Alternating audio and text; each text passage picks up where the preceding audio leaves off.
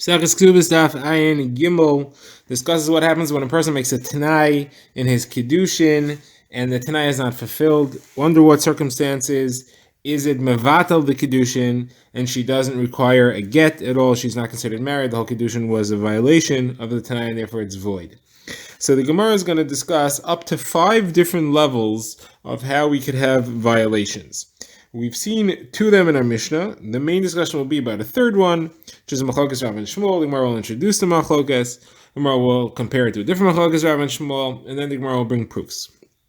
So let's begin. We saw in our Mishnah that if somebody marries a woman, and the term that we use is mikudeshes, if he's mekadisher, that's referring to the kiddushin only, and he does so with a tanai. It's al tanai that she doesn't have any nedarim on her, and then if they find out later that she does have nedarim that she made, that is a tanai. It was a conditional marriage, and the condition was not fulfilled. It was not true. She had a nedarim, and therefore it's completely batal. She does not require a get at all.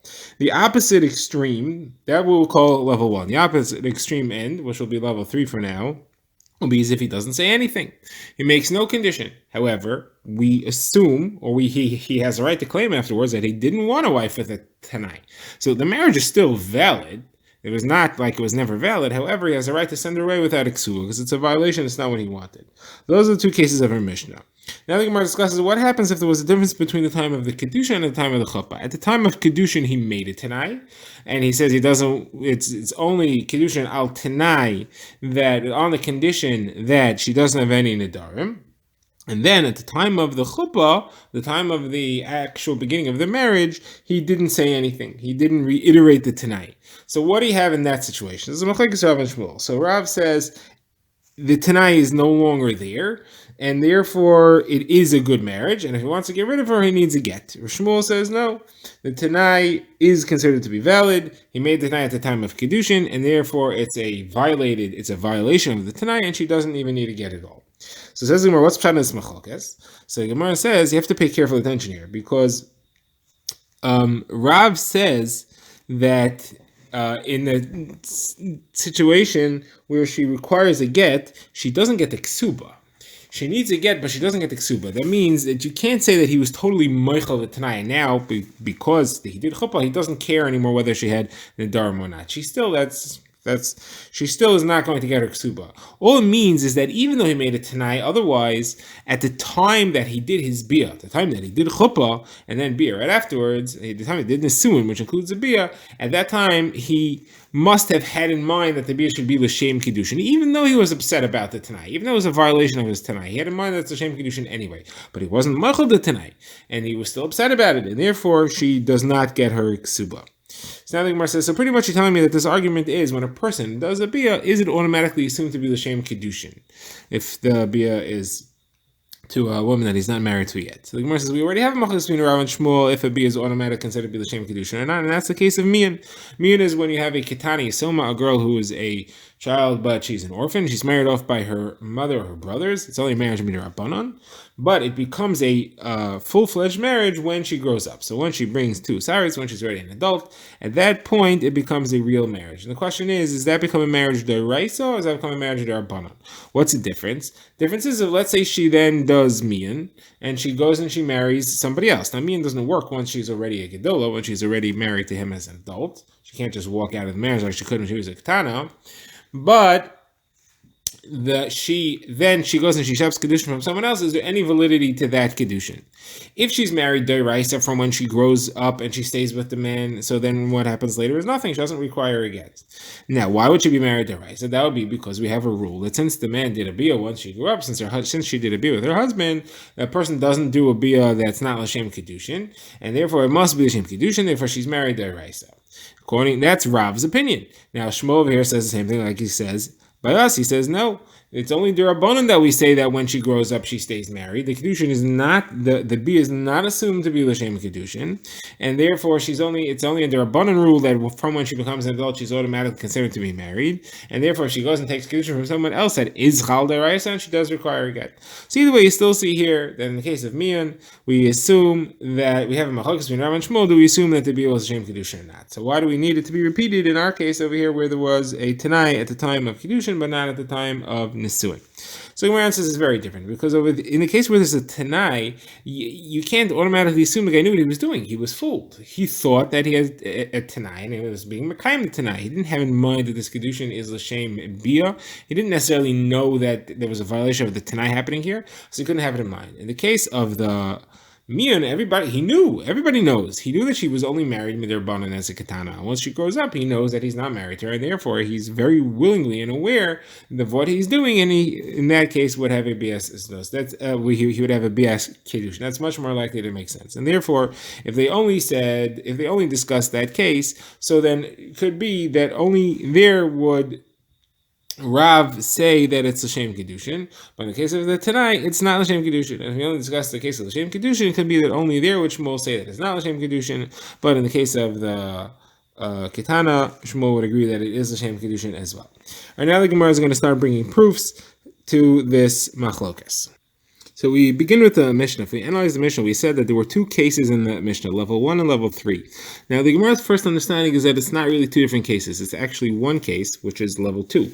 Because the way the Mishnah describes level 1 is if she does Kiddushin al Tanai. And then level 3, the Gemara says, if he does Chuppah Stam. So we explained that as level 1 is where there was a Tanai, and level 3 is where there was no Tanai. That's the Gemara's final understanding. But the Gemara now asks, maybe the pashtas would be that this is one big case. He does Kiddushin al Tanai, and the same case he does Chuppah Stam, and that's level 2. That's exactly the case in which Rav and Shmuel are arguing. Now, what is the halacha there? So the end of the Mishnah says, if that's what he did, when it concludes and says that he did Chuppah Stam, it says that she does not get a ksuba, but the implication is clearly that she gets a get. Clear proof to Rav. So the Gemara answers, it's not really one long case. It's not level 2. It's two separate cases. It's case 1 and case 3. She does Kiddushin. He does Kiddushin with a Tanai. There, he does not require a get. Now, second case, which is the third level, she does everything Stam. There, she does require a get, but she doesn't get a ksuba. So the Gemara says, but the implication clearly, though, is that level 2,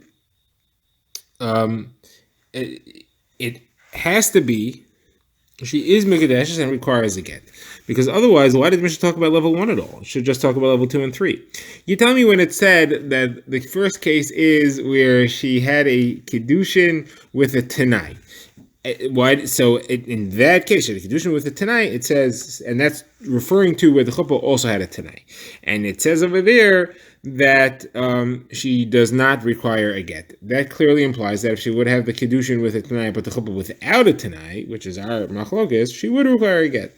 So, if that wasn't true, it should just talk about that case. If that case she also didn't require a get, it doesn't have to talk about level 1, talk about level 2, and say level 2 she doesn't require a get, and certainly in level 1 she doesn't require a get. So the Gemara says yes, that's what it actually was. The Mishnah, all it said in the Mishnah was that if she had Kiddushin with a Tanai, she doesn't require a get. It could also be referring to where the Chuppah was without a Tanai. It's referring to, that's exactly the case that it's referring to. You don't have any proof that it's not what it meant. It didn't say in the first case what exactly the Chuppah was.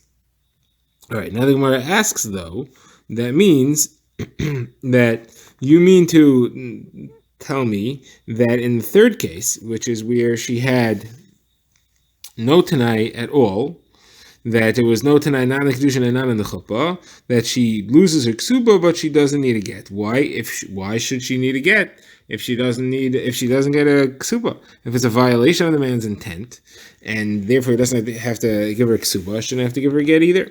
So the Gemara gives two answers to this. The Gemara's first answer is that this is a get midrabanan. The Rabbanan were metaking a get just as a chumrah. The second answer is that the Tana is really mistapik. He does not know. He does not know whether the husband is really makban in the sense it's a mekach tois or not, and therefore he goes a chumrah both ways. Monetarily, if you don't know what to do, you leave the money where it is, and therefore the husband does not have to take money out of his pocket and give the wife a ksuba. On the other hand, you have to be machmir for Isser that she requires a get, that she's an Eshes Ish. Now the Gemara introduces case 4 and 5. The Gemara wants to narrow down which case exactly is the machlokas between Rav and Shmuel.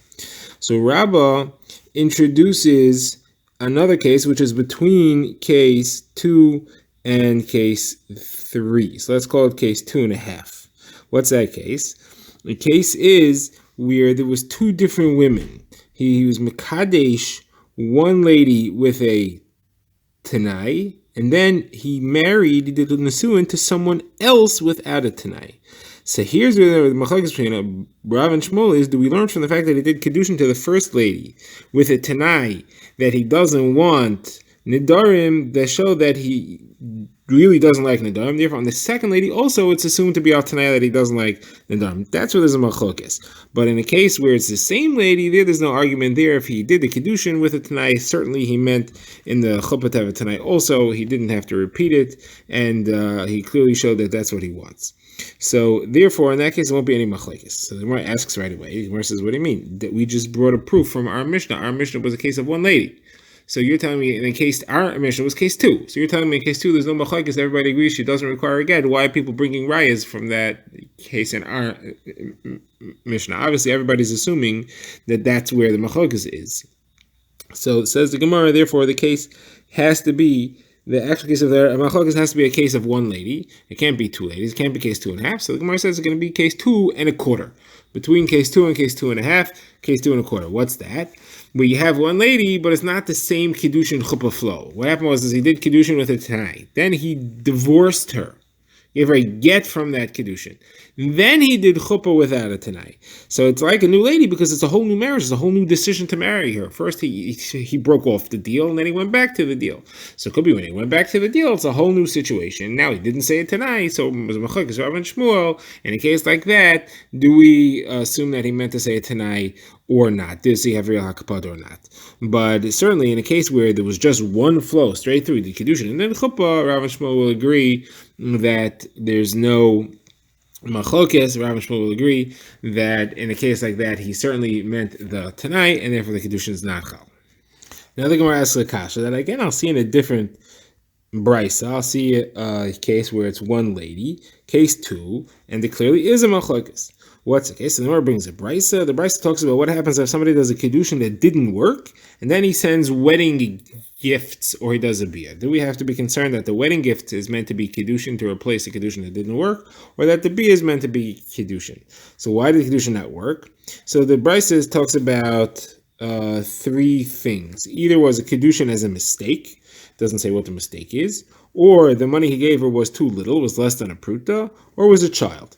All these cases, if he then sends gifts, the gifts are not a new kedushin. He was not mikad. He did not send the gift to be kesef kedushin. He sent the gift to be a gift for his bride based on the first kedushin, and therefore she's still not mikadesh. The first kedushin didn't work, and the gifts don't count as kedushin. Now, what if he went ahead and did a biyah? Does that count as a kedushin or not? So here you have a machlokes. The Tanakama says yes, it's a kedushin. Rabbi Ben Yehuda says, and Rabbi Shmuel, it's not a kedushin.